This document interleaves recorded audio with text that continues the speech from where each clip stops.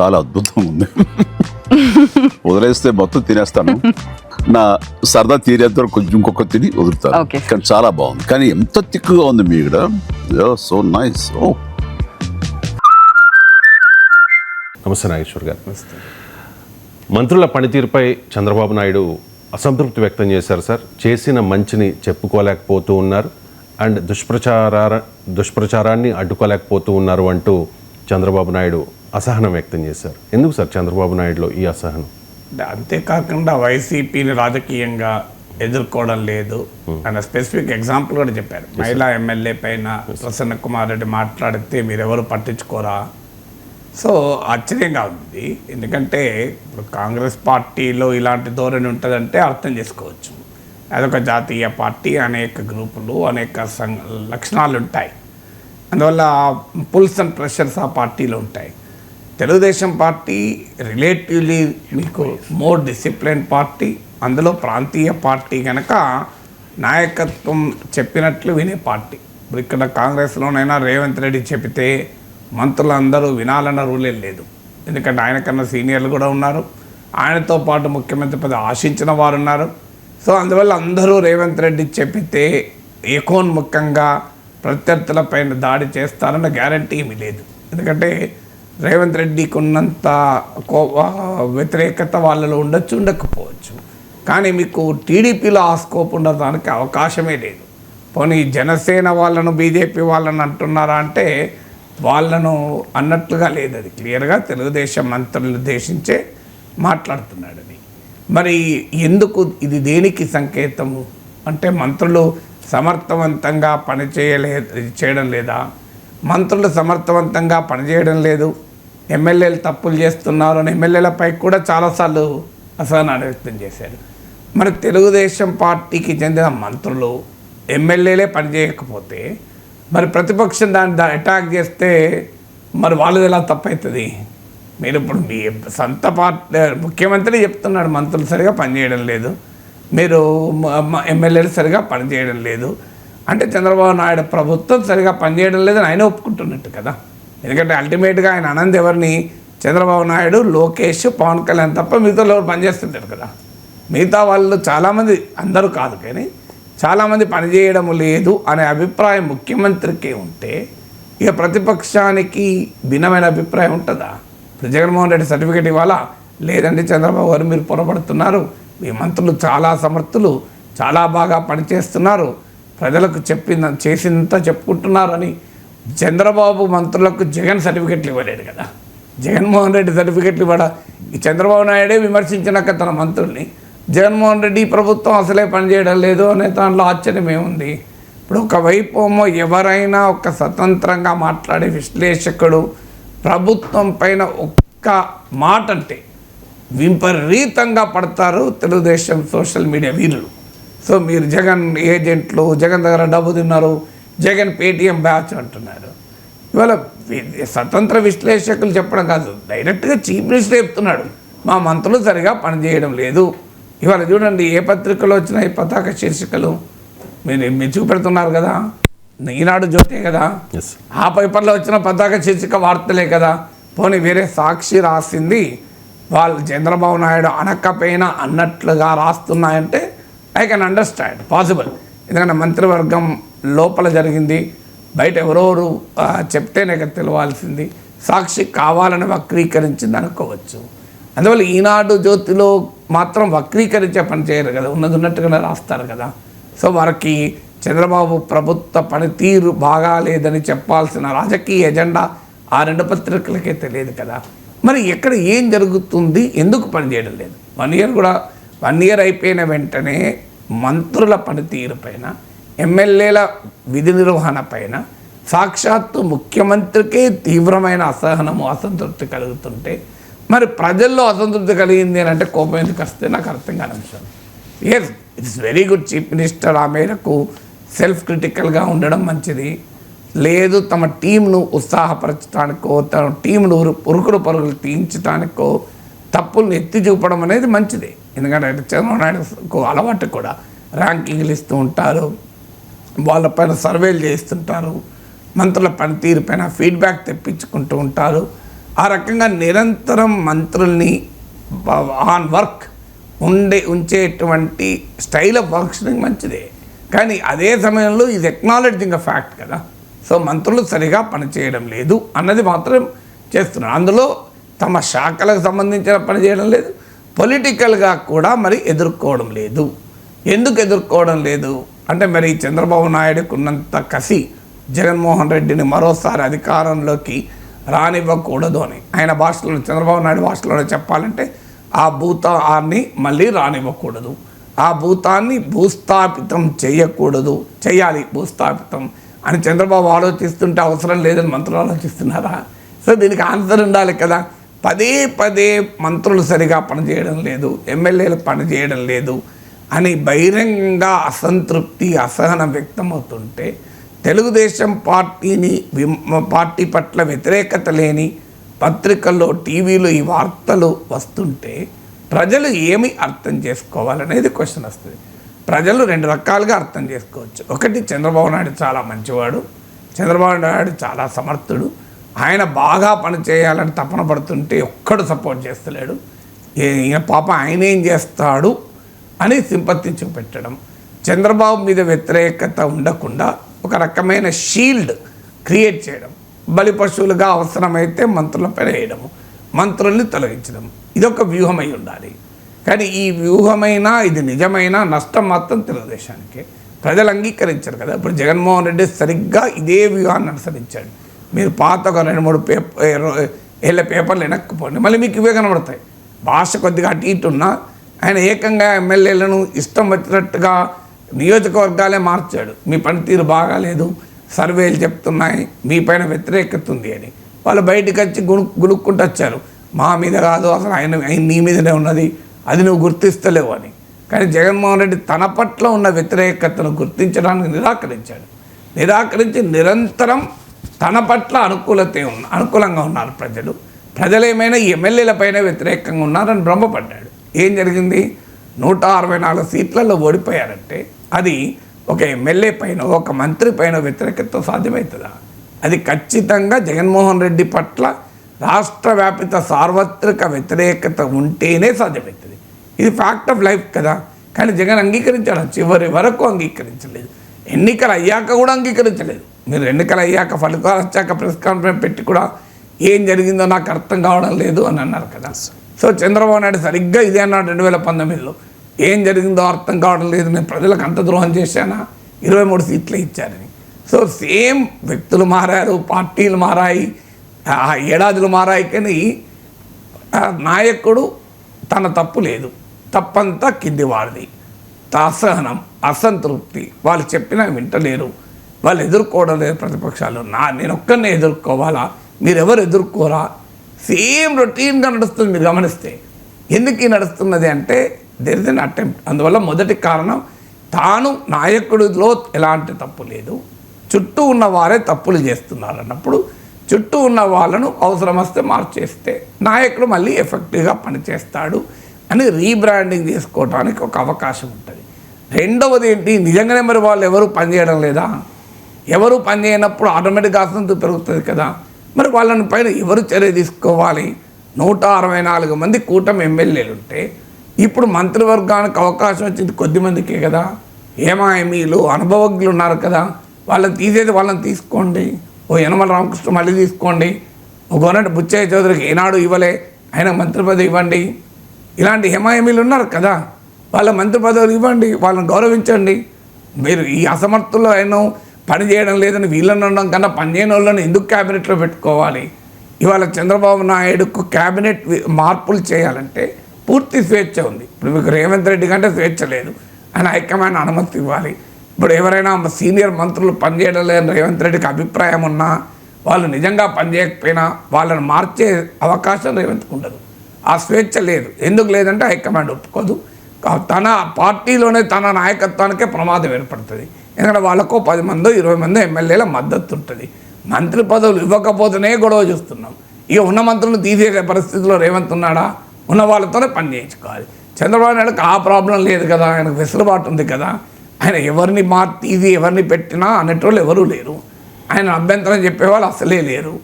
ఇప్పుడు వాళ్ళు తిరుగుబాటు చేసి మీకు తెలుగుదేశం నుంచి వెళ్ళిపోయి వేరే పార్టీలో వెళ్ళే సీనే లేదు.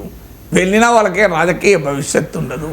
ఎందుకంటే పూర్తి మెజార్టీ ఉంది. 164 మంది సభ్యులు కూటమికి.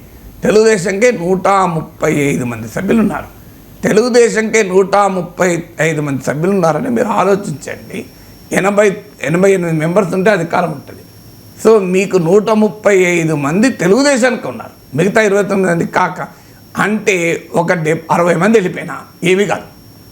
70 మంది వెళ్ళిపోయినా ఏం కాదు. మరి ఎందుకు భయపడాలి? చంద్రబాబు నాయుడు తీసిపడేయండి, కొత్త వాళ్ళకి మంత్రి పదవులు ఇవ్వండి.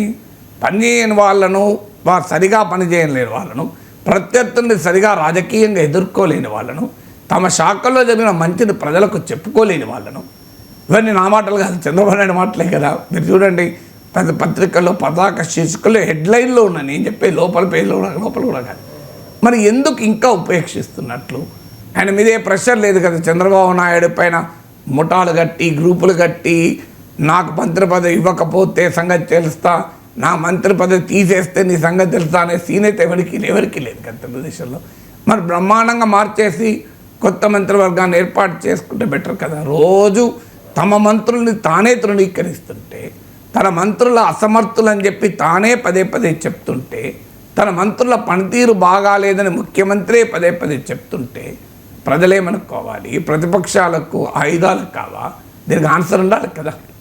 సార్, పనితీరు మాత్రమే కాదు సార్, వైసీపీని టార్గెట్ చేయకపోతే, జగన్ని తిట్టకపోతే మీ మంత్రి పదవి ఊస్టింగ్ అని కూడా నిన్న క్యాబినెట్ మీటింగ్ తర్వాత మంత్రుల్ని చంద్రబాబు నాయుడు హెచ్చరించారనే వార్తలు కూడా వస్తూ ఉన్నాయి సార్. ఏంటి సార్ మంత్రుల పని ఏంటి? వైసీపీని తిట్టడమేనా? ఇది ఏ ప్రాతిపదికన? అంటే మీ టెక్నికల్గా మంత్రులు అంటే వాళ్ళ పని వైసీపీని విమర్శించడం. మీరు తిట్టడం అన్న పదం వాడారు, తిట్టడం అన్న పదం నేను వాడడం లేదు. విమర్శించడం అనేది పనేనా అంటే, మంత్రి ఎవరు? మంత్రి రాజకీయ నాయకుడు, మంత్రి తెలుగుదేశం నాయకుడు, జనసేన నాయకుడు, బీజేపీ నాయకుడు. ఆ మంత్రి పదవి ఎలా వచ్చింది? రాజకీయ పోరాటం వల్ల వచ్చింది. ఆ మంత్రి పదవి రావడానికి కారణం ఏంది? రాజకీయంగా జగన్మోహన్ రెడ్డి ఓడిస్తూ వచ్చింది. అందువల్ల మంత్రి పార్లమెంటరీ డెమోక్రసీలో డ్యూయల్ రోల్ ప్లే చేస్తారు. ఒకటి గవర్నెన్స్ రోల్, అంటే ఎగ్జిక్యూటివ్ రోల్ ఉంటుంది. ఎగ్జిక్యూటివ్ రోల్లో తన మంత్రిత్వ శాఖకు సంబంధించిన పని విధానాన్ని సమర్థవంతంగా నిర్వహించి ప్రజలకు మెరుగైన సేవలు అందించి దాని ద్వారా ప్రభుత్వానికి ఒక మంచి పేరు తెచ్చుకోవడం. ఇది executive function of a minister. Sorry, ఇది executive function of a minister. అదే సమయంలో ఎగ్జిక్యూటివ్, అందుకే పొలిటికల్ ఎగ్జిక్యూటివ్ అంటారు. ఎగ్జిక్యూటివ్లో కార్యనిర్వాహక వర్గంలో పొలిటికల్ ఎగ్జిక్యూటివ్ ఉంటారు, మీకు పర్మనెంట్ ఎగ్జిక్యూటివ్ ఉంటారు. ఐఏఎస్లు, అధికారులు పర్మనెంట్ ఎగ్జిక్యూటివ్. పర్మనెంట్ ఎగ్జిక్యూటివ్కు జగన్మోహన్ రెడ్డి విమర్శించాల్సిన అది బాధ్యత లేదు, హక్కు లేదు. గత ప్రభుత్వాన్ని విమర్శించే పొలిటికల్ స్టేట్మెంట్ వాళ్ళు ఇవ్వకూడదు. ఎందుకంటే bureaucracy, permanent executive should be politically neutral. వాళ్ళు రాజకీయపరమైన వ్యాఖ్యలు చేయకూడదు. నా అయితే గత ప్రభుత్వ పనిచేసిన తీరు, గత ప్రభుత్వంలో తీసుకున్న నిర్ణయాలు, ప్రభావాల గురించి, ప్రస్తుత ప్రభుత్వ ప్రభావాల గురించి కంపేర్ చేస్తూ మాట్లాడుతున్న సందర్భాలు ఉంటాయి. కానీ అది కూడా జనరల్గా చేయరు. ఎందుకంటే రేపు మళ్ళీ ఎవరు అధికారంలోకి వస్తారో తెలియదు కదా. ఎవరు అధికారంలోకి వచ్చినా అదే ఐఏఎస్ ఆఫీసర్లు, అదే ఐపీఎస్ ఆఫీసర్లు, అదే అధికారులు కదా.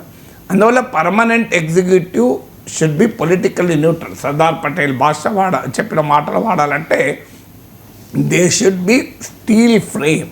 అంటే వారికి రాజకీయాలకు మధ్య ఒక దుర్భేద్యమైన స్టీల్ ఫ్రేమ్ ఉండాలి. అంటే వాళ్ళు ఆ డిస్టెన్స్ మెయింటైన్ చేయాలి.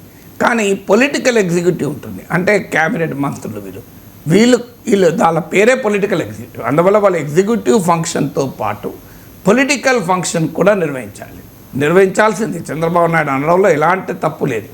ఎందుకంటే ఒక ప్రభుత్వము ఈజ్ నాట్ ఎ బ్యూరోక్రసీ. ప్రభుత్వం ఇది పొలిటికల్ ఆర్గనైజేషన్.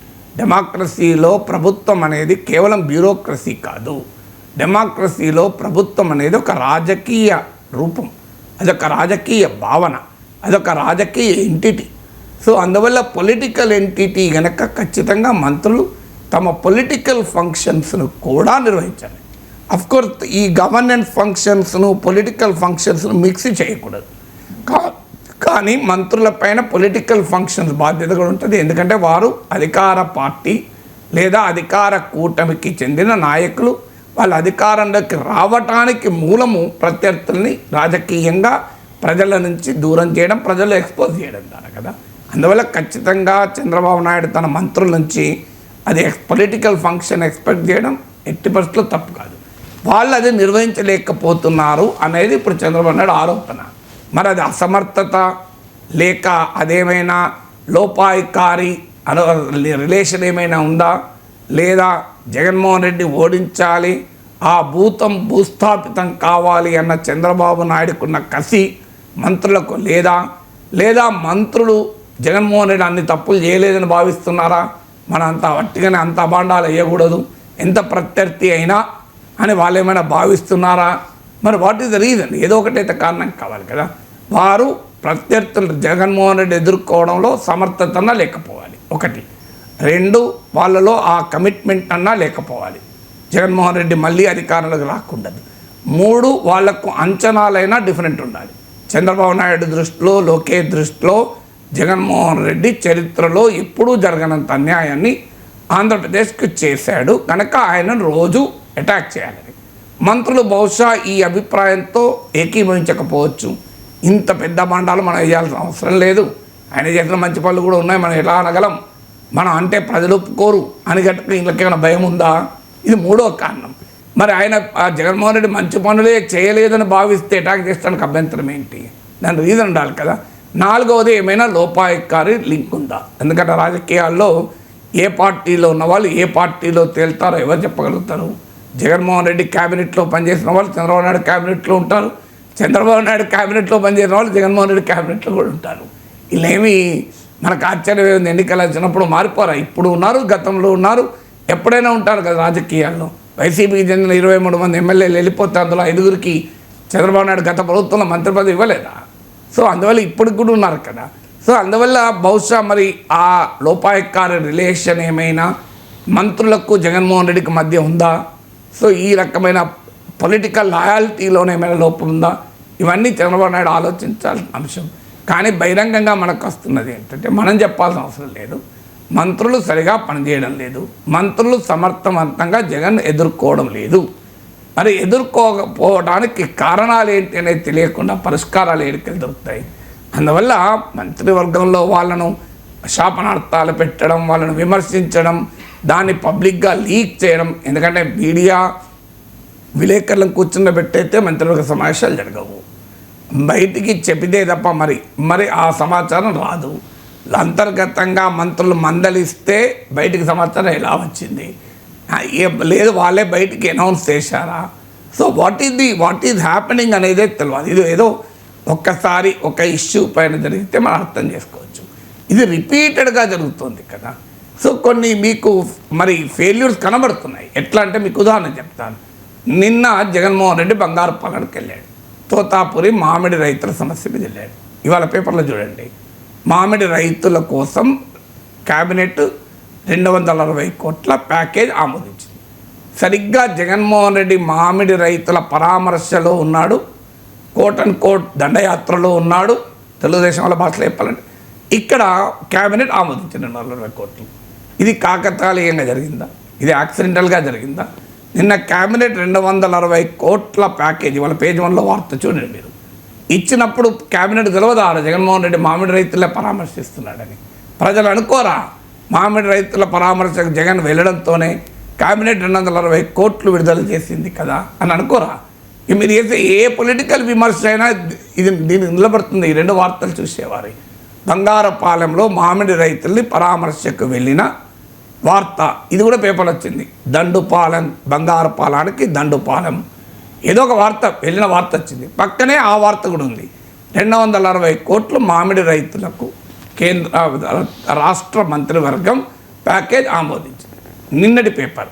బంగారుపాలెంకు నేడే జగన్మోహన్ రెడ్డి దండయాత్ర చేస్తున్నాడు, దండు యాత్ర చేస్తున్నాడు, దాడి చేస్తున్నాడు మామిడి రైతుల పరామర్శ పేరిట అని నిన్న పేపర్లో వార్త. పక్కనే వార్త ఏంటి? మామిడి రైతులను ఆదుకోండి, కేంద్రానికి లేఖ. ఏమనుకోవాలి ప్రజలు?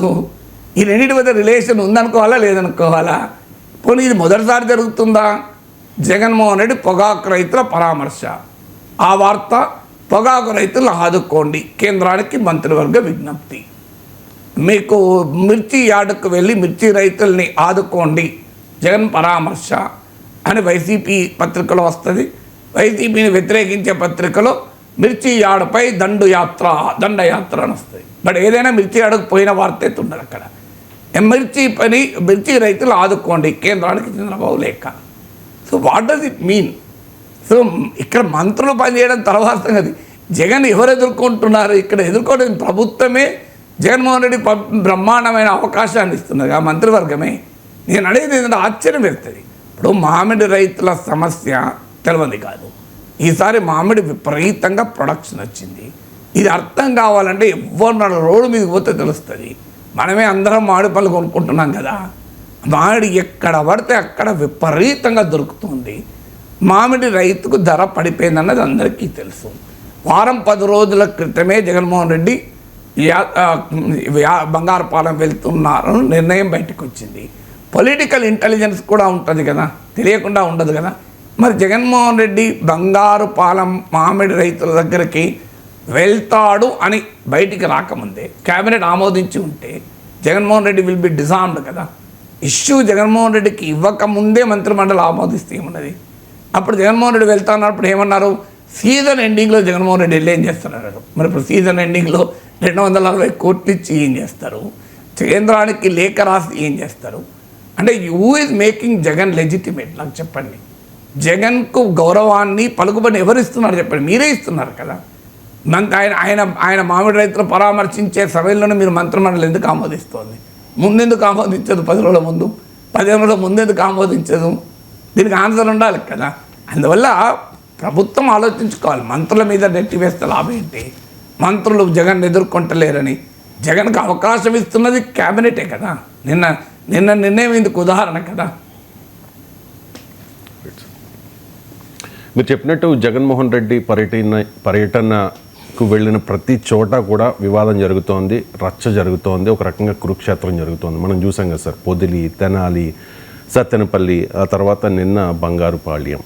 అంటే సో అక్కడ దండుపాళ్యం బ్యాచ్ బంగారుపాళ్యంలో దిగింది, అరాచకం చేసింది అంటూ ఒక పత్రికలో వస్తే, సాక్షిలో అయితే రైతు సమస్యల్ని ప్రస్తావిస్తే రైతుల్ని కలుస్తుంటే ఎందుకు ఇన్ని ఆంక్షలు అంటూ వైసీపీ నేతలు ప్రశ్నిస్తున్న పరిస్థితి.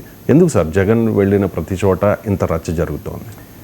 అంటే ఆ టీడీపీ వైసీపీల మధ్య ఆ స్థాయిలో పోలరైజేషన్, రాజకీయంగా సమాజాన్నే రెండుగా విడగొట్టేశారు. ఇలా ఆంధ్రప్రదేశ్లో నీవు ఉంటే చంద్రబాబు నాయుడుకి అనుకూలంగా ఉండాలి, జగన్కి అనుకూలంగా ఉండాలి. ఇంకో అస్తిత్వం మనిషికి ఉండకూడదు. రెండే రకాల అస్తిత్వాలు. నువ్వు చంద్రబాబు మనిషివా, జగన్ మనిషివా? లేదు నేను మనిషిని అంటే నడవదు. నువ్వు మనిషిగా ఉండే హక్కే లేదు నీకు.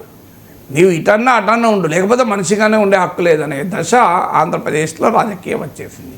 అందుకే మీరు గమనించండి, ఏం మాట్లాడినా దాడి. మీరు ఇటైనా అటైనా ఎవరెవరైతే దాడి కంపల్సరీ చేస్తారు. మళ్ళీ అధికారంలో ఉన్నవారు, తెలుగుదేశం అధికారంలో దగ్గర కాస్త దూకుడు ఇంకా ఎక్కువగా ఉంది. సో ఎక్కడి దాకా వెళ్ళింది అంటే, మాకు వ్యతిరేకంగా మమ్మల్ని ప్రశ్నిస్తూ మీరు నిజం మాట్లాడినా మీ అంత చూస్తాం.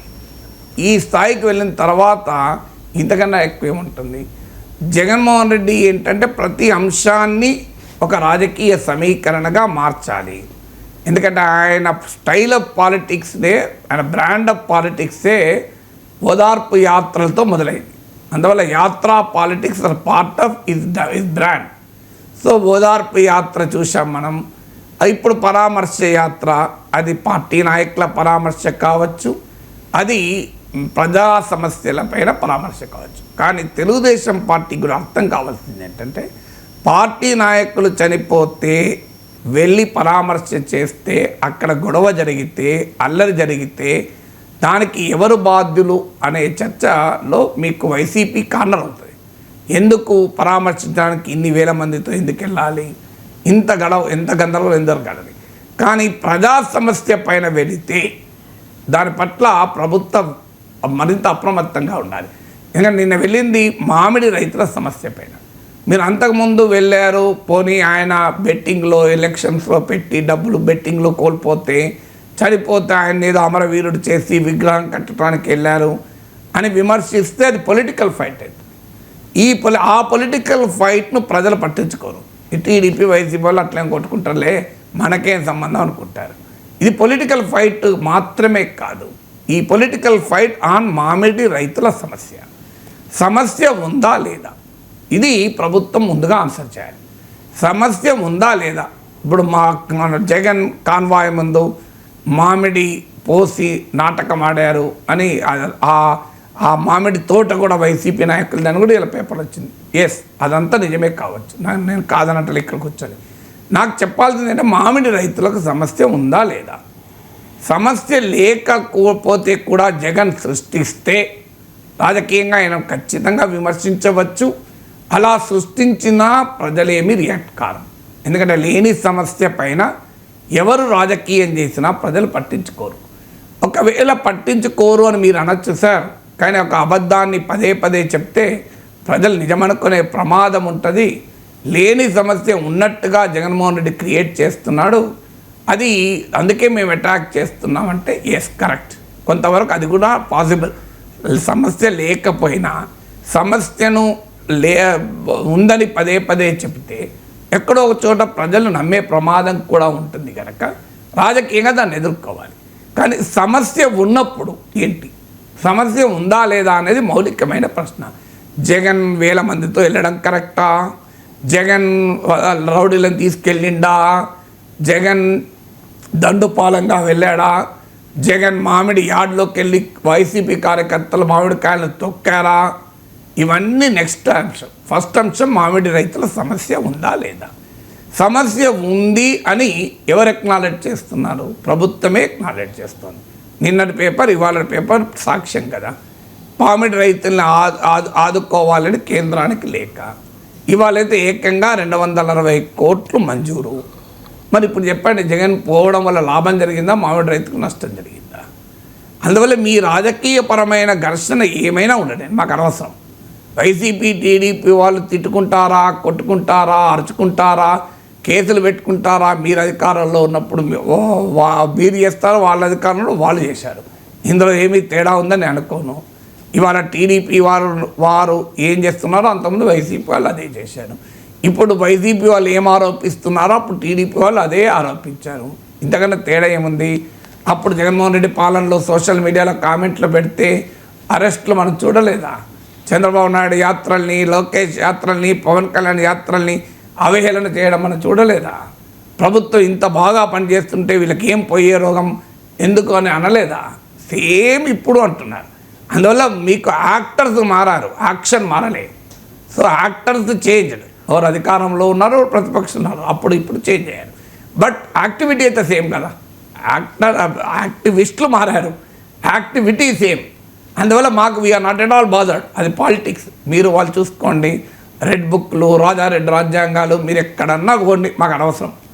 నేనంటున్నది అంటే ప్రజల సమస్య, మామిడి రైతులకు సమస్య ఉందా లేదా, జగన్ పర్యటన వల్ల వాళ్ళకు లాభం జరుగుతుందా, నష్టం జరుగుతుందా. నాకు కావాల్సిన క్రైటీరియా ఒకటే, మామిడి రైతులకు సమస్య ఉందని ప్రభుత్వం కూడా ఎక్నాలెడ్జ్ చేస్తుంది. కేంద్రానికి లేఖ రాయడం ద్వారా, క్యాబినెట్లో 260 కోట్లు రిలీజ్ చేయడం ద్వారా. సో అది ఎప్పుడు జరిగింది? జగన్మోహన్ రెడ్డి పర్యటన అనే ఆలోచన లేనప్పుడు జరిగి ఉంటే ప్రభుత్వం ఇంత ఆదుకుంటున్నా ఎందుకు ఈ జగన్కు పని లేదా? సమస్యలు అంటూ ఉంటాయి కదా ఎక్కడైనా. సమస్యలు ఆయన ఉన్నప్పుడు కూడా లేవా? అల్టిమేట్గా సమస్య ఉందన్నది ముఖ్యం కాదు, ప్రభుత్వం అడ్రస్ చేస్తుందా లేదా. చంద్రబాబు నాయుడు ప్రభుత్వం అడ్రస్ చేస్తుంది, 260 కోట్లు ఇచ్చింది, కేంద్రానికి లేఖ రాసింది. బియాండ్ అ పాయింట్ ఎవరైనా ఏం చేయగలుగుతారు? సో మొత్తం ప్రభుత్వం పైన నెట్టివేస్తే ఎట్లా అని నేనేనా అంటాను, ఖచ్చితంగా అంటాను. ఎందుకంటే ఏ ప్రభుత్వము సమస్య లేకుండా కంప్లీట్ పరిష్కారం ఎవరు చేయలేరు. 100% ఏ సమస్యలు లేవు అని ఏ ప్రభుత్వంలో ఉంటాయి? అది అసాధ్యమైన విషయం. అందువల్ల సమస్య ఉందా అనేదే కాదు, ఆ సమస్యను ప్రభుత్వం చిత్తశుద్ధితో అడ్రస్ చేస్తుందా లేదా. అడ్రస్ చేస్తుంటే జగన్మోహన్ రెడ్డి కనుక మళ్ళీ వెళితే అది రాజకీయ యాత్ర, ఆయన రాజకీయ ఉనికి కొరకు, రాజకీయ అస్తిత్వం కొరకు మాత్రమే చేస్తున్నాడు. ప్రభుత్వం ఇంత సమర్థవంతంగా అడ్రస్ చేస్తుంది కదా, ప్రజాస్వామ్యంలో ప్రతిపక్షం మరి అదే చేస్తుంది.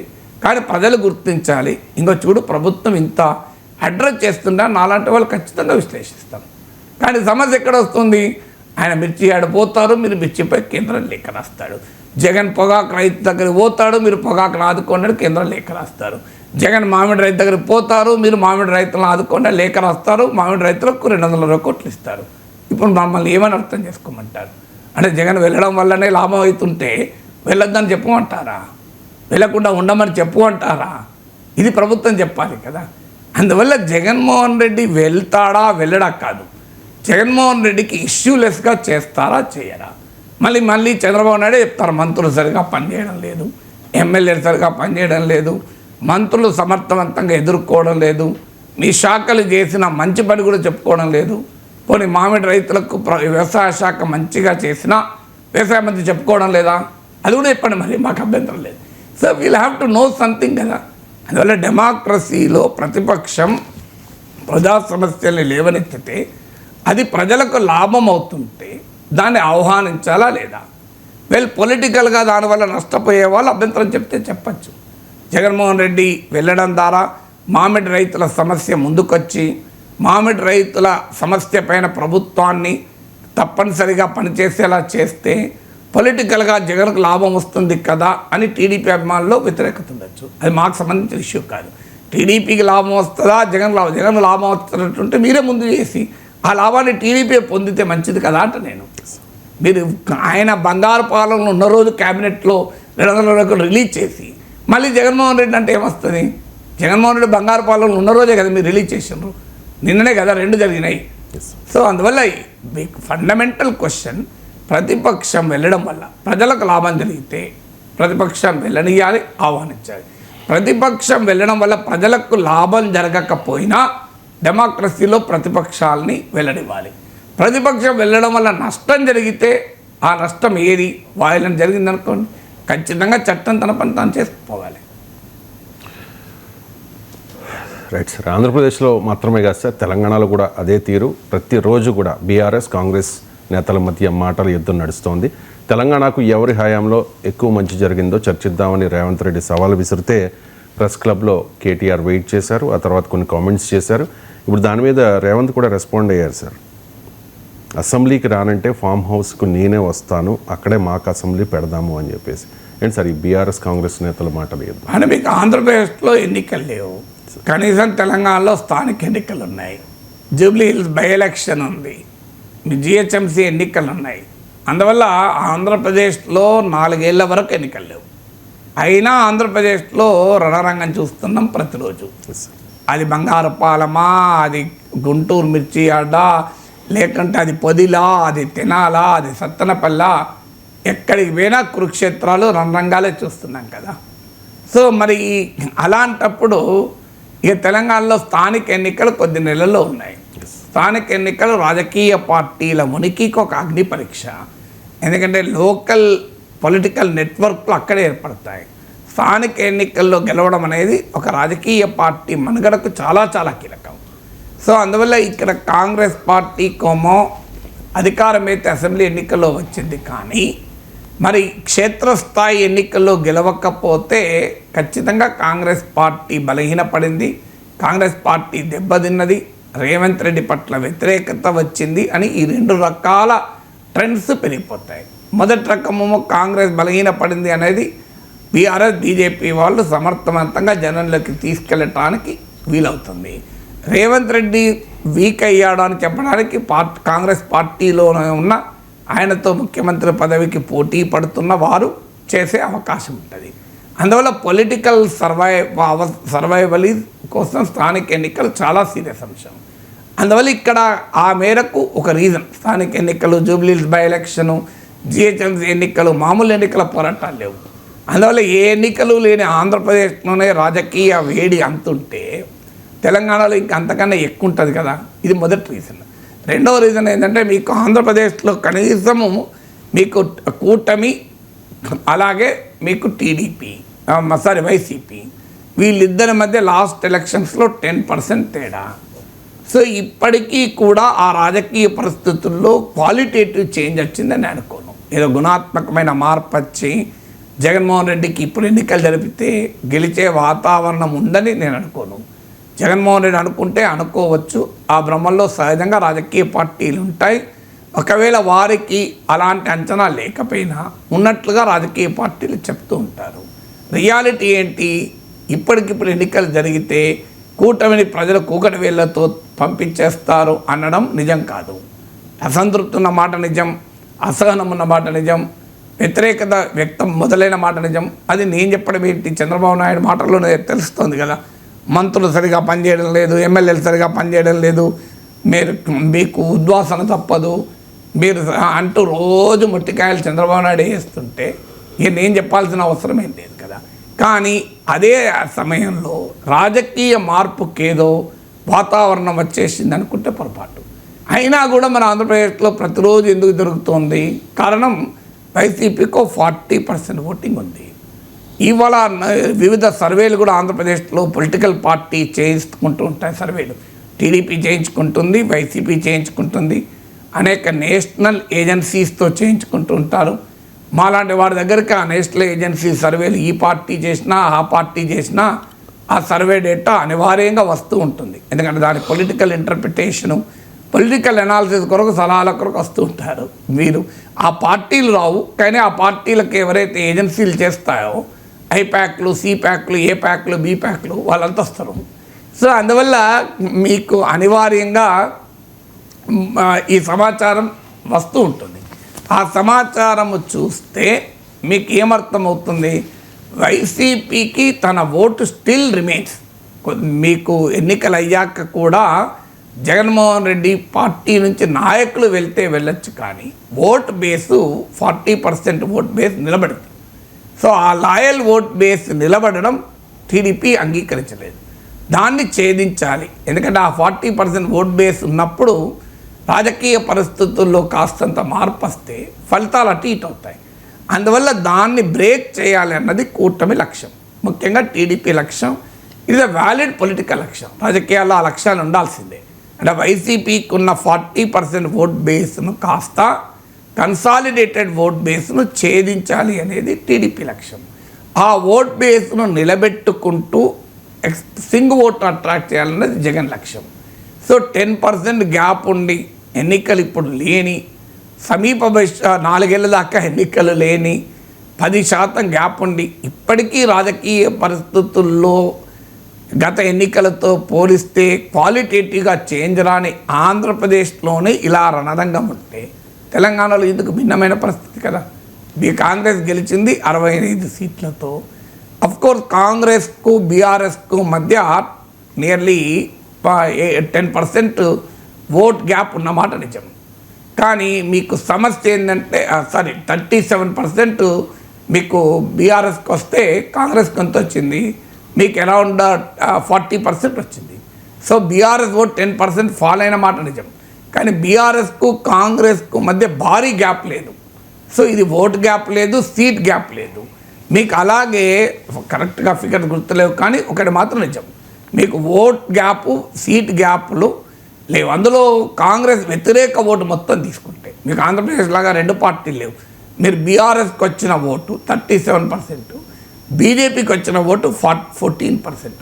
అంటే ఎంత, మీకు 51% ఓటు క్లియర్గా ప్రతిపక్షాలకు వచ్చాయి. 2023 అసెంబ్లీ ఎలక్షన్, 24 లోక్సభ ఎలక్షన్లు చూడండి. బీజేపీకి 35%, బీఆర్ఎస్కు 17%, టోటల్ 52%. అంటే క్లియర్గా 2 ఎన్నికల్లోనూ 51-52% కన్సాలిడేటెడ్గా అపోజిషన్కు ఉన్నది. కాంగ్రెస్ పార్టీకి ఇది ఒక ఛాలెంజ్ కదా. సో అందువల్ల ఈ ఛాలెంజ్ నుంచి బయటపడటానికి కాంగ్రెస్ చూస్తూ ఉంటుంది. ఈ ఛాలెంజ్ రేపు సమస్య ఏంటంటే ఈ 2 కలిస్తే అరిథమెటికల్గా ఇదే బిగ్ ఛాలెంజ్. పొలిటికల్ కెమిస్ట్రీ కూడా ఏర్పడితే మరింత ఛాలెంజ్ లేదు. ఇందులో ఏదో ఒక పార్టీ వీక్ అయి ఆ పార్టీ ఓటింగ్ షిఫ్ట్ అయితే లోక్సభ ఎన్నికల్లో 20% ఓటింగ్ మీకు బీజేపీకి షిఫ్ట్ అయింది. అది కూడా కాంగ్రెస్కు ఛాలెంజ్. అందువల్ల కాంగ్రెస్ పార్టీకి తెలుగుదేశం పార్టీ నాయకత్వంలోని ఆంధ్రప్రదేశ్లో ఉన్న కూటమికి ఉన్నంత పొలిటికల్ కంఫర్ట్ లేదు ఇక్కడ. లేకపోయినప్పుడు ఆటోమేటిక్గా కాంగ్రెస్ పార్టీ రోజు రాజకీయంగా యుద్ధ వాతావరణంలో ఉంటేనే తనకున్న ఈ ఈ సిచ్యువేషన్ నుంచి బయటపడగలదు. అందువల్ల పొలిటికల్ సిచ్యువేషన్ కాంగ్రెస్కి ఏంటంటే ఇది వార్ లైక్ సిచ్యువేషనే. ఎందుకంటే ఆ కంఫర్ట్ లెవెల్లో కాంగ్రెస్ లేదు. ఇకపోతే అక్కడేమో ప్రతిపక్షం ఒక్కటే వైసీపీయే. షర్మిల కాంగ్రెస్ పార్టీ ఉన్నా ఆమెకున్న బలం 1%. ఆమె ప్రతిపక్షం తప్ప అధికార కూటమికి ప్రతిపక్షం కాదు ఆమె. సో ఆమె అపోజిషన్ టు ద అపోజిషన్ కనుక ఇంకెవరు లేరు. ఇక్కడికి వచ్చేవరకు ఏంటంటే బీఆర్ఎస్కు ఒక పెద్ద ఛాలెంజ్ బీజేపీ ఉంది, బీజేపీకి పెద్ద ఛాలెంజ్ బీఆర్ఎస్ ఉంది. సో ఈ రెండు పార్టీలు అపోజిషన్ స్పేస్లో అమీ తుమి అని పోరాడుతున్నాయి. 2023 అసెంబ్లీ ఎన్నికలకు ముందు కాంగ్రెస్ బీజేపీల మధ్య అపోజిషన్ స్పేస్ కొరకు భారీ ఫైట్ జరిగింది. ఇప్పుడు అపోజిషన్ స్పేస్ కోసం బీఆర్ఎస్ బీజేపీల మధ్య ఫైట్ జరిగింది. గత ఎన్నికల అనుభవం ఏంటి? ఎవరు అధికారంలో ఉన్న వారిని గట్టిగా ఎదుర్కొంటారు, వీరే ప్రత్యామ్నాయమని ప్రజలకు భావన కలిగితే వారు బలపడి వేరే వాళ్ళు వీక్ అవుతారు. సరిగ్గా అదే జరిగింది మీకు 2023 అసెంబ్లీ ఎలక్షన్స్ ముందు. కేసీఆర్కి వ్యతిరేకంగా కాంగ్రెస్ రేవంత్ రెడ్డి, బీజేపీ బండి సంజయ్ ఇద్దరూ పోరాడుతున్న సమయంలో ప్రజలు బీజేపీనే బలమైన ప్రత్యామ్నాయం బీజేపీ ఎదుర్కోగలదని ఒక దశలో అనుకున్నారు. కానీ తర్వాత జరిగిన పరిణామాల వల్ల బీజేపీ కాదు కాంగ్రెస్ అనుకున్నారు, రేవంత్ రెడ్డి అనుకున్నారు, కాంగ్రెస్ ఓట్లేశారు, రేవంత్ రెడ్డి ప్రభుత్వంలోకి వచ్చారు. అంటే అధికారంలో ఉన్న వారిని ఎవరు సమర్థవంతంగా ఎదుర్కొంటారు, ఎవరు ప్రత్యామ్నాయమని ప్రజలు భావిస్తే అప్పటిదాకా ఉన్న ఊపు కూడా చల్లారి ఒకవైపు వెళ్తుంది. ఇది గతంలో జరిగిన పరిణామం. ఇప్పుడు కూడా జరగబోయే పరిణామం అదే. బీఆర్ఎస్ బీజేపీలో కాంగ్రెస్ ప్రభుత్వం పట్ల వ్యతిరేకత మొదలైతే, ఆ వ్యతిరేకత తీవ్రమైతే, వ్యతిరేకత ఆల్రెడీ మొదలైంది, అది తీవ్రమైతే కాంగ్రెస్ను ఓడించి ప్రత్యామ్నాయంగా ఎవరు అని ప్రజలు భావిస్తే వాళ్ళ వైపుగా ఈ 51-52% ఓటింగ్ నేను చెప్పాను కాంగ్రెస్కు వ్యతిరేకంగా పడ్డ ఓటు అది కన్సాలిడేట్ అయ్యే అవకాశం ఉంటుంది. అందుకొరకు బీఆర్ఎస్ పోరాటం, అందుకొరకు బీజేపీ ఆరాటం. సో ఈ పోరాటం ఆరాటం ఉన్నది కనుక తెలంగాణ రాజకీయాల్లో ఆ యుద్ధ వాతావరణం ఉంటుంది. వాస్తవంగా బీజేపీ వెనుకబడుతోంది యుద్ధ వాతావరణంలో. మీకు బీఆర్ఎస్ పార్లమెంట్ ఎన్నికల్లో భారీగా దెబ్బతిన్నాక కూడా చాలా సమర్థవంతంగా నిలబడింది. దానికి అప్రిషియేట్ చేయాలి బీఆర్ఎస్ను. బీజేపీ 35% ఓటింగ్ తెచ్చుకుంటే బీఆర్ఎస్ ఓటింగ్ 17%కు పోతే బీఆర్ఎస్కు చెందిన 10 మంది ఎమ్మెల్యేలు వెళ్ళిపోతుంటే ఇక బీఆర్ఎస్కు భవిష్యత్తు లేదు అనే వాతావరణాన్ని క్రియేట్ చేస్తుంటే బీఆర్ఎస్ ప్రతిపక్ష స్పేస్లో బలంగా నిలబడ్డది. దానికి బీఆర్ఎస్ నాయకత్వం చూపిన చొరవ కారణం, బీజేపీలో ఉన్న అంతర్గత పరిణామాలతో ఆ పార్టీని పనిచేయకుండా ఆ పార్టీ నాయకత్వమే చేసిన వైనం కారణం. బట్ ఏదైనా ఈ రెండు పార్టీల మధ్య అపోజిషన్ స్పేస్ క్రౌడెడ్గా ఉంది కనుక చాలా ఇంటెన్స్ పొలిటికల్ యాక్టివిటీ తెలంగాణలో ఉంటుంది. అందుకే మీకు ఆంధ్రప్రదేశ్లోనే యుద్ధ వాతావరణం ఉంటే ఆడ యుద్ధమే లేదు సమీప భవిష్యత్తులో, ఆడ ప్రత్యర్థుల మధ్య గ్యాప్ ఉంది, ప్రతిపక్ష స్పేస్కు పోటీ లేదు, అయినా ఆ వాతావరణం ఉంటే తెలంగాణలో యుద్ధ వాతావరణం ఉంది, ఆ గ్యాప్ చాలా తక్కువగా ఉంది, అపోజిషన్ స్పేస్లో పోటీ ఉన్నది. ఇక తెలంగాణ రాజకీయాలు యుద్ధ వాతావరణం ఉండదా? ఇక విజయవాడ లెనిన్ సెంటర్ పేరు మార్చాలి అని చెప్పి భారతీయ జనతా పార్టీ ఎప్పటి నుంచో డిమాండ్ చేస్తుంది sir. Bharatiya Janata party AP రాష్ట్ర అధ్యక్షుడిగా మాధవ్ బాధ్యతలు చేపట్టే క్రమంలో కూడా ఇదే డిమాండ్ చేశారు. ఒకసారి మాధవ్ పెట్టలేదు. ఇవాళ ఆ యొక్క ప్రాంతం పేరు లెనిన్ సెంటర్ గా నామకరణం చేయడం జరిగింది. లెనిన్ కి మన ప్రాంతానికి ఏమిటి సంబంధం అని అడుగుతున్నాను. ఆ సెంటర్ కి విశ్వనాథ సత్యనారాయణ గారు పెట్టాలి అని చెప్పి మా యొక్క కోరిక. ఇవాళ ఆ యొక్క ప్రాంతం పేరు లెనిన్ సెంటర్ గా నామకరణం చేయడం జరిగింది. లెనిన్ కి మన ప్రాంతానికి ఏమిటి సంబంధం అని అడుగుతున్నాను. ఆ సెంటర్ కి విశ్వనాథ సత్యనారాయణ గారు పెట్టాలి అని చెప్పి మా యొక్క కోరిక. మాధవ్ డిమాండ్పై వామపక్షాలు కూడా రియాక్ట్ అవుతూ ఉన్నాయి సార్. అది ఎవరో పెట్టిన పేరు కాదు, అది కాలక్రమంలో ప్రజలు పెట్టుకున్న పేరు అని చెప్పేసి. ఏం సార్ సెంటర్ పేరు మార్చాలి అంటూ ఉన్నారు. విజయవాడలో మీకు లెనిన్ విగ్రహం పెట్టిన తర్వాత ఆ ప్రాంతాన్ని లెనిన్ సెంటర్గా పిలిచారు. వాస్తవంగా మీకు విజయవాడలోనే బీసెంట్ రోడ్ ఉంది, చాలా ఫేమస్ రోడ్. మీకు బీసెంట్ రోడ్ ఇదే బందర్ రోడ్డు ఏలూరు రోడ్లను కలిపే రోడ్. ఐ థింక్ నేను 20 ఏళ్ల క్రితం 85లో ఉన్నాను, 40 years క్రితం ఏడాది పాటు ఉన్నాను. సో ఆడ మాంటిసోరీ కళాశాలలో 1 year లెక్చరర్గా పనిచేశాను. నేను రోజు ఆ బందర్ రోడ్ మీద ప్రయాణం చేసేవాడిని, బీసెంట్ రోడ్ మీదకి వెళ్ళి భోజనం చేసేవాడిని అక్కడికి. సో మరి బీసెంట్ రోడ్డు ఎవరి పేరు మీద ఉంది? పోనీ ఆమె స్వాతంత్ర సమరయోధురాలు అని బీసెంట్ పేరు మీద ఉంది అని అనుకుందాం. సో మీకు పవన్ కళ్యాణ్ బీజేపీ మిత్రపక్షం కదా, ఆయన ఎవరు నాకు స్ఫూర్తి అంటాడు? చేగువేరా. మరి చేగువేరా ఎక్కడి వాడు? ఆయనకి ఏం భారతదేశం వాడా చేగువేరా ఎక్కడో లాటిన్ అమెరికా అతను కదా. చేగువేరా లెనిన్ సిద్ధాంతాలతో స్ఫూర్తి పొందిన వ్యక్తే తప్ప మీకు శ్యామప్రసాద్ ముఖర్జీ, దీన్ దయాళ్ ఉపాధ్యాయ సిద్ధాంతాలతో స్ఫూర్తి పొందలేదు కదా పవన్ కళ్యాణ్ తమ మిత్రుడైన పవన్ కళ్యాణే లెనిన్ అనుచరుడు, లెనిన్ సిద్ధాంతాలను నమ్మిన చేగువేరా స్ఫూర్తి పొందాడు. ఇప్పటికి కూడా ఇది ఈవెన్ టుడే పవన్ కళ్యాణ్ అంటే నాకు చేగువేరా స్ఫూర్తి అంటాడు. పవన్ కళ్యాణ్ ఇది ఆనెస్ట్ దాట్. మరి చేగువేరా స్ఫూర్తి ఎందుకు నీకు? చేగువేరా స్ఫూర్తి పొందిన వ్యక్తితో మీకెందుకు పొత్తు అని ఎవరైనా అడిగితే ఎట్లా? అయినా బీజేపీ రాష్ట్ర అధ్యక్షుడికి చాలా వర్క్ ఉంది. మీకు విశాఖపట్నం స్టీల్ ప్లాంట్ కాపాడాలి, దానికి ఒక క్యాప్టివ్ మైన్ సాధించి పెట్టాలి. మీకు కాకినాడ వద్ద విభజన చట్టం ప్రకారం రిఫైనరీ ప్రాజెక్ట్ రావాలి, కడపలో స్టీల్ ప్లాంట్ తేవాలి, అమరావతికో 50,000 కోట్ల రూపాయలు డబ్బు తీసుకురండి. ఇప్పటివరకు ఇచ్చింది అప్పే 10,000-15,000 కోట్లు. సో అప్పులతో అమరావతి కట్టుకోవాల్సిన కర్మ ఆంధ్రప్రదేశ్ ప్రజలకు ఎందుకు? ఓ 50,000 కోట్ల గ్రాంట్ ఇప్పియండి. అలాగే విజయవాడలో మంచి మెట్రోకు కేంద్రం నుంచి ఇప్పియండి, విశాఖలో మెట్రోకి ఇప్పియండి. ఎందుకంటే బెంగళూరుకు కొచ్చిన్కు ఇచ్చింది కదా కేంద్రము, మా విజయవాడకి ఎందుకు ఇవ్వరు? విశాఖకి ఎందుకు ఇవ్వరు? గుజరాత్లో గిఫ్ట్ సిటీ లాగా విశాఖపట్నాన్ని ఫిన్టెక్ వ్యాలీ చేయాలన్నది చంద్రబాబు నాయుడు కళ. విశాఖను ఫిన్టెక్ వ్యాలీ చేసేందుకు మీరు గిఫ్ట్ సిటీకి ఇచ్చిన కన్సెషన్స్ విశాఖపట్నంకి ఇప్పించండి. మీరు చంద్రబాబు నాయుడు ఒక గొప్ప ఆశయంతో ముందుకు పోతున్నాడు, క్వాంటమ్ వ్యాలీగా అమరావతిని మారుస్తాను అని. ఆయన జూబ్లీ హిల్స్, ఆయన సైబరాబాద్ ప్రాంతాన్ని సృష్టించిన రోజు ఎవరు ఏమన్నా ఇవాళ వెనక్కు తిరిగి చూస్తే ఇన్ఫర్మేషన్ టెక్నాలజీ రంగంలో చంద్రబాబు నాయుడు వేసిన పునాదులు కాస్త ఇవాళ వటవృక్షాలై ఫలాలిస్తుంటే లక్షలాది మంది మధ్యతరగతి కుటుంబాలు ఇప్పటికీ చంద్రబాబు నాయుడు గుర్తు చేసుకుంటారు కదా. ఇప్పటికీ కూడా అమెరికాలో ఉన్నవారు గుర్తు చేసుకుంటారు కదా. నాకు ఇప్పటికి గుర్తు, నా కొడుకు పెళ్లి కార్డు ఇవ్వడానికి చంద్రబాబు నాయుడు ఇంటికి వెళ్తే ఆయన అన్నాడు, ఏం చేస్తున్నా నాగేశ్వర గారు మీ అబ్బాయి అంటే, ఇట్లా గూగుల్లో చేస్తున్నాడు సార్ అన్నాను. మీరు నాకు రాయల్టీ చెల్లించాలి అన్నాడు నవ్వుతూ. ఎందుకు సార్ అన్నాడు. నేను ఐటీ పునాదులు వేస్తేనే కదా అంటే, అది మాత్రం నిజం సార్, రాయల్టీ చెల్లించుతామా అన్నది కాదు కానీ 100% ట్రూ అని ఆయనతోనన్నా నేను. కరెక్ట్, అది మీరు ఐటీ పునాదులు వేయడము అనేక మధ్యతరగతి కుటుంబాల్లో కొత్త జీవితాలను ఇచ్చింది.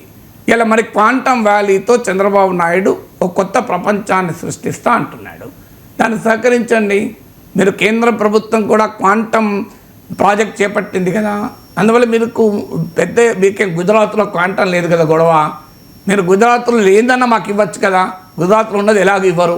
సో గుజరాత్లో లేని క్వాంటమ్ వ్యాలీని మీరు అమరావతికి 1,00,000 కోట్లు 5 ఏళ్లలో క్వాంటమ్ వ్యాలీకి ఇవ్వండి, లేదు 20,000 కోట్లు ఇవ్వండి. క్వాంటమ్ వ్యాలీ డెవలప్ అయితే అది అమరావతికే ఉండదు కదా, అది ఆంధ్రులకే ఉండదు కదా, దాని ప్రయోజనాలు దేశమంతా పొందుతుంది కదా. మీరు బాంబే నుంచి అహ్మదాబాద్కు బుల్లెట్ ట్రైన్ వేసుకున్నారు, ఎందుకంటే గుజరాత్ మోడీ స్టేట్కు, దాని చుట్టూ పెద్ద ఎత్తున ఇండస్ట్రీస్ వస్తున్నాయి. మా విజయవాడ విశాఖపట్నం చుట్టూ, మీరు విజయవాడ హైదరాబాద్ చుట్టూ ఒక బుల్లెట్ ట్రైన్ వేయించండి మాధవ్ గారు. ఇన్ని పనులుండగా సెంటర్ల పేర్లు మార్చే పని ఎందుకు? బీజేపీ రాష్ట్ర అధ్యక్షుడికి ప్రజలకు మేలు చేస్తానికి ఇన్ని గొప్ప పనులు చేస్తానికి అవకాశం ఉంది. 974 కిలోమీటర్ల తీర ప్రాంతం ఉంది, ఓ గొప్ప మెరైన్ ఎకానమీ డెవలప్ చేయొచ్చు, ఓ గొప్ప ఇకో టూరిజాన్ని డెవలప్ చేయొచ్చు. దానికి భారతదేశ ప్రభుత్వం తరఫున ఇప్పియండి. మా ఒంటిమెట్టకు మీరు అమృత్ ప్రసాద్ పథకం కింద అదొక గొప్ప క్షేత్రం కదా, దానికి మీరు డబ్బులు ఇప్పియండి. ఇన్ని పనులున్నాయి మీకు. పోలవరం పూర్తి చేయండి, ఇప్పటికీ పూర్తి కావడం లేదు కదా. మీరు బనకజర్ల ప్రాజెక్టును ఉంటున్నాడు తెలంగాణ ప్రభుత్వాన్ని, ఆంధ్రప్రదేశ్ ప్రభుత్వాన్ని ఇద్దరిని కూర్చుండబెట్టి మీకు ఇద్దరికీ నష్టం కాకుండా గోదావరి మిగులు జలాల్ని వరద జలాలు వాడుకునేలా ఒప్పందం కుదిర్చి బనకజర్లకు 70,000 కోట్లు ఇవ్వండి, దాన్ని కూడా జాతీయ ప్రాజెక్టుగా చేపట్టండి. ఇన్ని పనులున్నాయి మాధవ్ గారు. ఈ పేర్లు మార్చుకునే పని ఎందుకు? దీనివల్ల ఏంటి ప్రజలకు? దాన్ని నువ్వు లెనిన్ సెంటర్ అన్నా విశ్వనాథ సెంటర్ అన్నా ఏం తేడా వస్తుంది ప్రజలకు? పోనీ విశ్వనాథ సత్యనారాయణ పేరు పెట్టాలి అని మనసులో ఉంటే, నాకు తెలిసినంతవరకు ఒక వీధి ఉన్నట్టుంది మాచవరం ప్రాంతంలో, లేకపోయినా పెట్టుకోవచ్చు, ఇబ్బంది ఏమున్నది.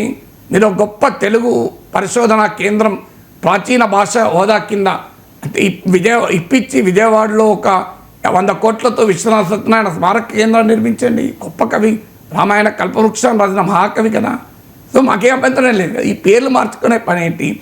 అయినా మీకు లెనిన్ గురించి గాంధీ మహాత్ముడు ఏమన్నాడో చెప్తాను నేను. లెనిన్ సిద్ధాంతాలను నమ్మినవాడ గాంధీజీ? గాంధీజీ ఏమైనా కమ్యూనిస్టా? గాంధీజీ సనాతన హిందువు అని చెప్పినాడు. కానీ సనాతన హిందువు అయిన గాంధీజీ లెనిన్ ఏమన్నా మీరు గూగుల్లో కొట్టండి వస్తుంది. గాంధీ ఆన్ లెనిన్ అని కొట్టండి వస్తుంది. ఏమన్నాడు? ద నొబిలిటీ ఆఫ్ ఈ selflessness is an example for the centuries to come అన్నాడు. అంటే ఆయన నిస్వార్థ త్యాగ నిరతిలో ఉన్న మహోన్నత లక్షణం శతాబ్దాల వరకు ఉదాహరణగా మిగిలిపోతుంది. ఆయన ఆశయం ఫలప్రదమగుగాక. ఇది ఎవరన్నాడు? గాంధీ మహాత్ముడు అన్నాడు. నేనంటున్న మాటలు కాదు అది. ఈ గాంధీ మహాత్ముడిని కూడా మీరు కామ్రేడ్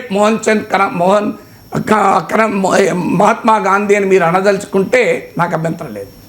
మీరు కామ్రేడ్ గాంధీ అని చెప్పి గాంధీని కూడా అంటారా?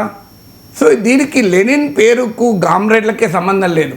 ప్రపంచంలో స్వాతంత్రోద్యమ కాలంలో మీరు అభిమానించే లోక్నాయక్ జయప్రకాష్ నారాయణ్, ఇందిరాగాంధీ ఎమర్జెన్సీకి వ్యతిరేకంగా జరిగిన విస్తృత ప్రజాస్వామిక ఉద్యమంలో భారతీయ జనసంఘ్ ఆర్ఎస్ఎస్ కూడా పనిచేసింది కదా.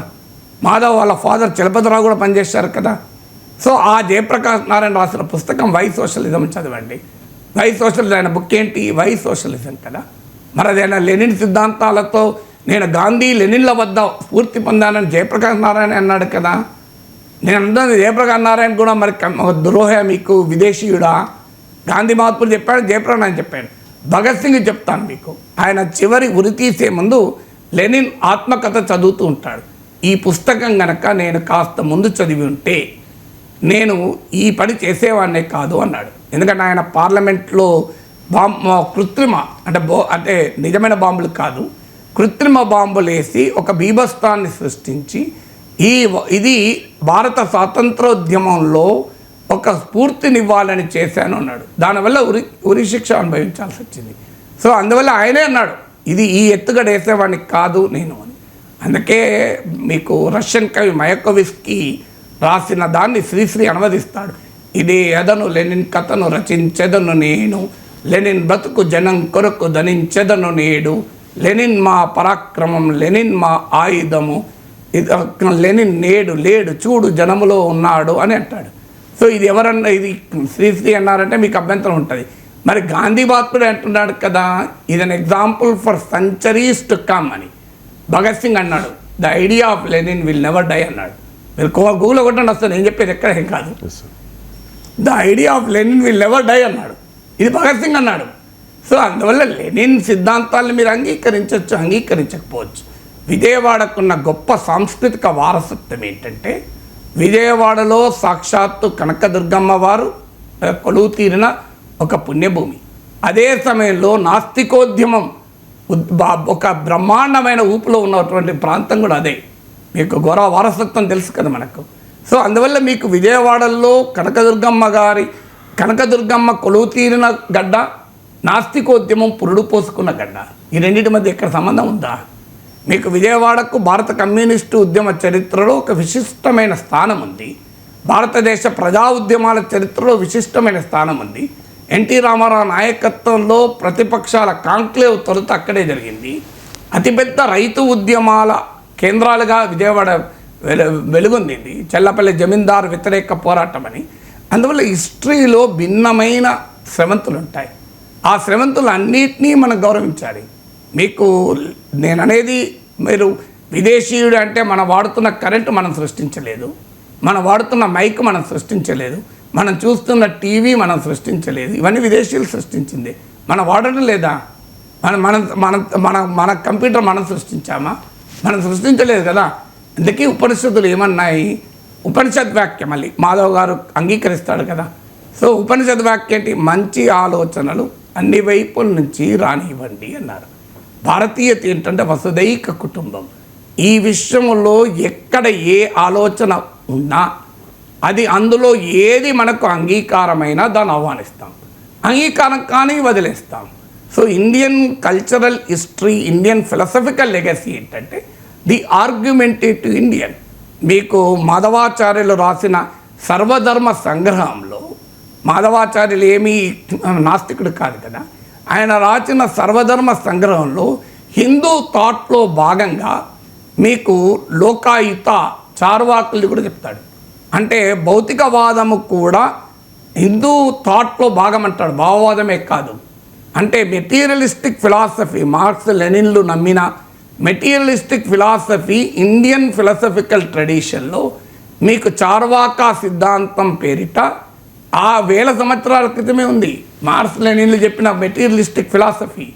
సో మీకు మెటీరియలిస్టిక్ ఇంటర్ప్రిటేషన్ ఆఫ్ హిస్టరీ, చారిత్రక భౌతికవాదం, గతితార్కిక భౌతికవాదం అనే దానికి ప్రాతిపదిక. ఆ సిద్ధాంతాల మూలాలు మీకు భారతీయతలో ఉన్నాయి. దాన్ని మాధవాచార్యులు సర్వధర్మ సంగ్రహంలో పేర్కొన్నారు. అంటే హిందూ థాట్ యొక్క గొప్పతనం ఏంటంటే హిందూయిజం ఎన్కంపాసెస్ ఈవెన్ ఎథిజం. నాస్తికవాదము, చార్వాకవాదము, అసలు దేవుడే లేడన్న భావనను కూడా హిందూ ధర్మంలో భాగమే. అంత గొప్పది హిందూ ధర్మం అనేది. అందువల్ల హిందూ కల్చర్ యొక్క గొప్పతనం అది. మీకు ద్వైత, అద్వైత, విశిష్టద్వైత, సాంఖ్య, యోగ, మీమాంస, బౌద్ధ, జైన ఇన్ని రకాల తాత్విక చింతనలు పరవళ్ళు తొక్కినటువంటి పవిత్ర భూమి భారత భూమి. సో మనకు లెనిన్ సెంటర్ పేరు పెడితే భారతదేశంలో ఏదో లెనినిజం వచ్చేస్తున్న భయం పడాల్సిన అవసరం లేదు. భారతీయత గొప్పతనమే అన్ని తాత్విక చింతల్ని భారతీయత ఆహ్వానిస్తుంది. అన్ని తాత్విక ఆలోచన స్రవంతుల్ని భారతీయ సాంస్కృతిక వారసత్వంలో ఇమిడ్చుకుంటుంది. అది భారతీయత. అందువల్ల దాని మీద వివాదాలు సృష్టించి దీని పేరు మార్చడం, దాని పేరు మార్చడం కన్నా నా సలహా ఏంటంటే మెట్రో రైలు విజయవాడకు సంపాదించి దీన్ దయాళ్ ఉపాధ్యాయ మెట్రో అని పెట్టండి. విశాఖపట్నానికి మెట్రో సంపాదించి చలపతిరావు మెట్రో అని పేరు పెట్టుకుందాం. సో ఆయన ఆ నగరానికి చేసిన సేవలకు గుర్తుగా. అలాగే మీకు శ్యామప్రసాద్ ముఖర్జీ పేరు పెట్టుకుందాం. మీకు ఒక పెద్ద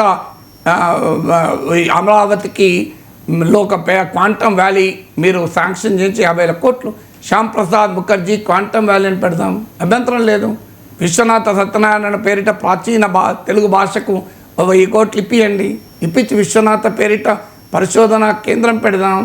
సో అందువల్ల విశ్వనాథ సత్యనారాయణ చాలా గొప్పవాడు కదా, మామూలు విషయం కాదు కదా. సో అందువల్ల భారతీయత యొక్క గొప్పతనం, తెలుగు భాష, ఆ గడ్డ విజయవాడ, గుంటూరు, ఆ గడ్డకు ఆ ప్రత్యేకత ఉంది. తెలుగు గడ్డకు ఆ ప్రత్యేకత ఉంది. మనం విశ్వనాథుని చూసాం, విశ్వనాథుని ప్రశ్నించిన శ్రీశ్రీని చూసాం, శ్రీశ్రీ కవిత్వంతో అభినందించిన విశ్వనాథను చూసాం, విశ్వనాథను జాషువాలను చూసాం. మీకు జాషువాకు అవార్డు వచ్చిన రోజు విశ్వనాథ సత్యనారాయణ అడుగుతారు, ఇద్దరు ఒకటేసారి వస్తే అవార్డు వస్తే విశ్వనాథ సత్యనారాయణ అడిగితే ఏమో ఈ ప్రభుత్వాలకు గుర్రానికి గాడిదలకు తేడా తెలవడం లేదు అంటాడు. సో ఆ విశ్వనాథ సత్యనారాయణ జాషువాను ఉద్దేశించి ఈ ప్రశ్న జాషువాని అడుగుతారు, ఇలా విశ్వనాథ గారు అన్నారు మీరు ఏమంటారు అని. నా పేరైతే గుర్రం జాషువా, మిగతా వారెవరో మీరు నిర్ణయించుకోండి అంటాడు. ఎంత గొప్పగా చమత్కరించుకున్నారో చూడండి. అలా విశ్వనాథ జాషువాల మధ్య చూసాం మనం. ఇది తెలుగు సంస్కృతి, భారతీయత, ఇది హిందూ ధర్మం. అందువల్ల భిన్నమైన ఆలోచన దృక్పథాలకు ఒక గడ్డగా, ఘర్షణకు గడ్డగా ఆర్గ్యుమెంటేటివ్ ఇండియన్ అని అమర్త్యన్ పుస్తకం రాస్తాడు. అందువల్ల don't waste your time on changing names of the centres. సెంటర్ల పేర్లు మార్చడం పైన కన్నా ఓ బుల్లెట్ ట్రైను, ఓ స్టీల్ ప్లాంటు, ఒక మెట్రో, ఒక క్వాంటమ్ వ్యాలీ, వీటిపైన ఫోకస్ చేస్తే ఎక్కువ ఉపయోగం కదా. Correct sir. Thank you so much sir.